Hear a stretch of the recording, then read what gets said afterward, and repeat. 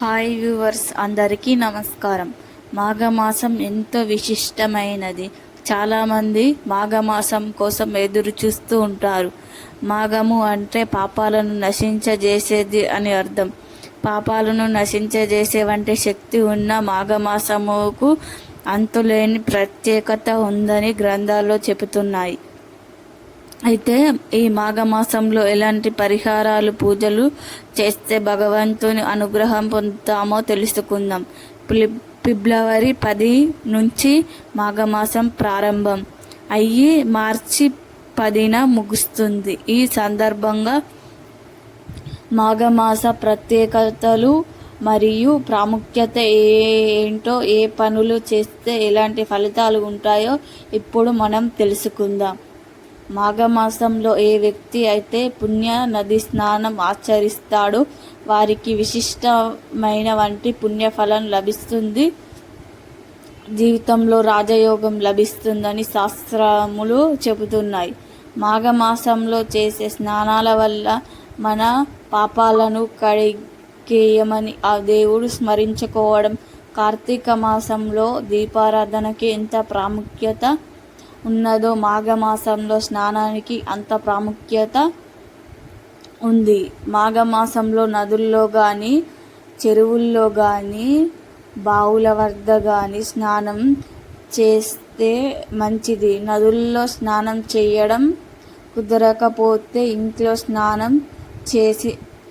స్నానం చేసేటప్పుడు గంగా నది, గోదావరి, కావేరి వంటి పుణ్య నదుల పేర్లను తలుచుకుంటూ స్నానం ఆచరిస్తే మంచిది.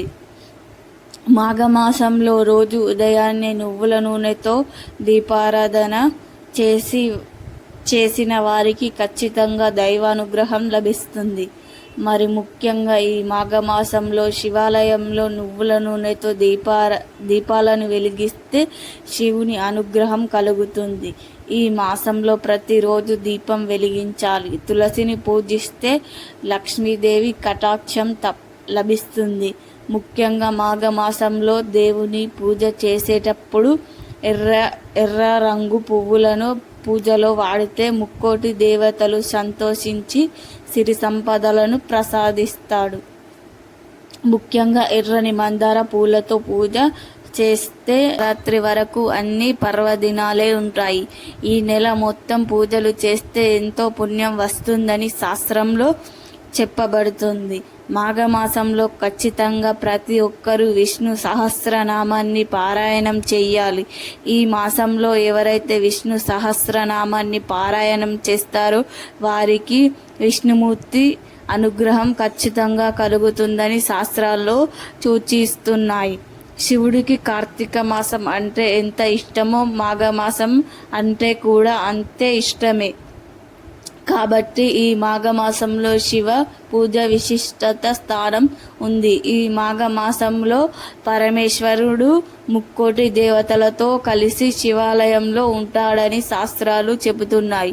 కాబట్టి ఈ నెల శివాలయంలో నువ్వుల నూనెతో దీపం వెలిగిస్తే చాలా మంచిది. మాఘమాసంలో శివునికి ప్రీతికరమైన వెలగ పండుగ నైవేద్యంగా సమర్పిస్తే శివుడు సంతోషించి కోరిన వరాలను అనుగ్రహిస్తాడు. నందివర్ధన పూలతో శివునికి పూజ చేస్తే మీ జీవితంలో సుఖం, శాంతి, ప్రశాంతత లభిస్తుంది. ఎవరైతే స్వయంగా పెంచి చెట్ల పూలతో భక్తి శ్రద్ధలతో ఈ మాసంలో అంత దేవుడు పూజిస్తారో వారికి సకల సంపదలు చేకూరుతాయని పండితులు అంటున్నారు. ఈ మాఘమాసంలో సాక్షాత్తు లక్ష్మీదేవి భూమిపై వస్తుందని భావిస్తారు. కాబట్టి లక్ష్మీదేవి స్వరూపమైన తులసిని పూజించడం ద్వారా సకల సంపదలను పొందవచ్చు. ముఖ్యంగా ఆడవారు తులసి మొక్క దగ్గర దీపం వెలిగించి, అగరువత్తులు వెలిగించి, పసుపు, కుంకుమ, అక్షంతలు, పువ్వులు వేసి తులసి మాత నమస్కారం చేసి 5వతనం కలుగుతుంది. ఈ మాసంలో ప్రతి శుక్రవారం లక్ష్మీదేవిని పూజిస్తే చాలు, మంచిది. ఏదైనా మీ చిలకార కోరిక వెంటనే తీరుతాయని శుక్రవారం రోజున లక్ష్మీదేవి గులాబీ పువ్వులను సమర్పించి దీపారాధన చేసి ఎండు ద్రాక్ష నైవేద్యంగా పెట్టి నమస్కరిస్తే మనం కోరిన కోరికలు వెంటనే నెరవేరుతాయి. ఈ మాఘమాసంలోనే వసంత పంచమి రోజున చదువుల తల్లి సరస్వతీదేవి జన్మించింది. అంతేకాకుండా ప్రత్యక్ష దైవమైన శ్రీ సూర్య భగవానుడు ఈ మాఘమాసంలో రథసప్తమిపై ప్రచారానికి బయలుదేరుతాడని అంటారు. ఈ మాఘమాసంలో ప్రతి ఆదివారం అత్యంత హృదయంతో జపిస్తే సూర్య భగవానుడి అనుగ్రహం వల్ల అంతులేని ఐశ్వర్యం లభిస్తుంది. ఈ మాసంలో నది స్నానాలు చేసేటప్పుడు లేదా ఇంట్లో స్నానాలు చేసేటప్పుడు ఒక మంత్రం ఖచ్చితంగా జపించాలి. ఈ మంత్రం జపిస్తూ స్నానం చేస్తే జీవితంలో మనం చేసిన పాపాలన్నీ నాశనం అయిపోయి దేవతల ఆశీర్వాదాలు అవుతాయి. ఈ మంత్రం ఏమిటంటే దుఃఖం దూర్యనాశన శ్రీ విష్ణు ఉరయ స్నానం కామోదయ పారాయణం. ఈ మంత్రం చాలా శక్తివంతమైనది. మాఘమాసంలో ప్రతిరోజు ఈ సూర్య భగవానుడికి ఖచ్చితంగా అర్థమయ్యే అర్పించాలి. ప్రతిరోజు అర్థం అర్పించిన లేనివారు ఆదివారం ఒక్కరోజైతే సూర్య అనుగ్యం సమర్పిస్తే మంచిది. అలాగే ఈ మాసంలో ఎవరైతే పేదవారికి దానం ఇస్తారో వారి తలరాత తరగని ఐశ్వర్యం లభిస్తుంది అని పురాణాలు వివరిస్తున్నాయి. ముఖ్యంగా నువ్వులు దానం చేస్తే చాలా మంచిది. ఎవరైతే ఈ మాఘమాసంలో నువ్వులు దానం చేస్తారో వారికి ఆరోగ్య ఐశ్వర్యములు కలుగుతాయని పండితులు సూచిస్తున్నారు. ఒక చిన్న రాగి చెంబు నిండా నువ్వులను నింపి దానిని బ్రాహ్మణులకు దానం ఇస్తే 1,000,000 జన్మల పుణ్యం సిద్ధిస్తుందని శాస్త్రంలో చెబుతున్నారు.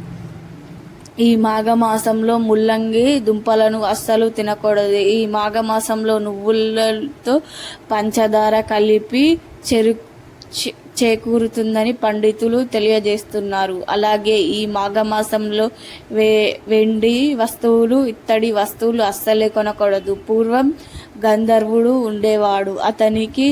అతను చేసిన పూర్వజన్మ కర్మం వల్ల తన ముఖం వికారంగా ఉండేది. ఆ గంధర్వుడు బృహదంగ మహర్షి వద్దకు వచ్చి తన బాధను చెప్పుకున్నాడు. గంధర్వుడి వ్యర్థను గమనించి ఆ మహర్షి మాఘమాసంలో గంగానది స్నానం చేసి పాపాలు అనారోగ్యాలు సమస్యలు అన్నీ నశిస్తాయని చెప్పాడు. వెంటనే ఆ గంధర్వుడు సమతుల్యతపై వెళ్ళి మాఘ స్నానం చేశాడు. మహర్షి చెప్పినట్లు గత జన్మకు సంబంధించిన పాపాలు పోయి తన ముఖం అందంగా తయారయ్యింది. ఈ మాఘమాసంలో ముఖ్యంగా శివుడు విష్ణువు పూజిస్తే చాలా మంచిది. ఈ మాఘమాసంలో నెలలో రోజులు నియమ నిష్ఠలతో పూజా స్నానాలు ఆచరించిన వారికి కోరిన కోరికలు తప్పకుండా నెరవేరుతాయి. పద్మ పురాణంలో ఉత్తరాఖండ్లో పేర్కొంది. ఈ వీడియో కనుక నచ్చితే ఒక్క లైక్ చేసి మా ఛానల్ని సబ్స్క్రైబ్ చేసుకోండి.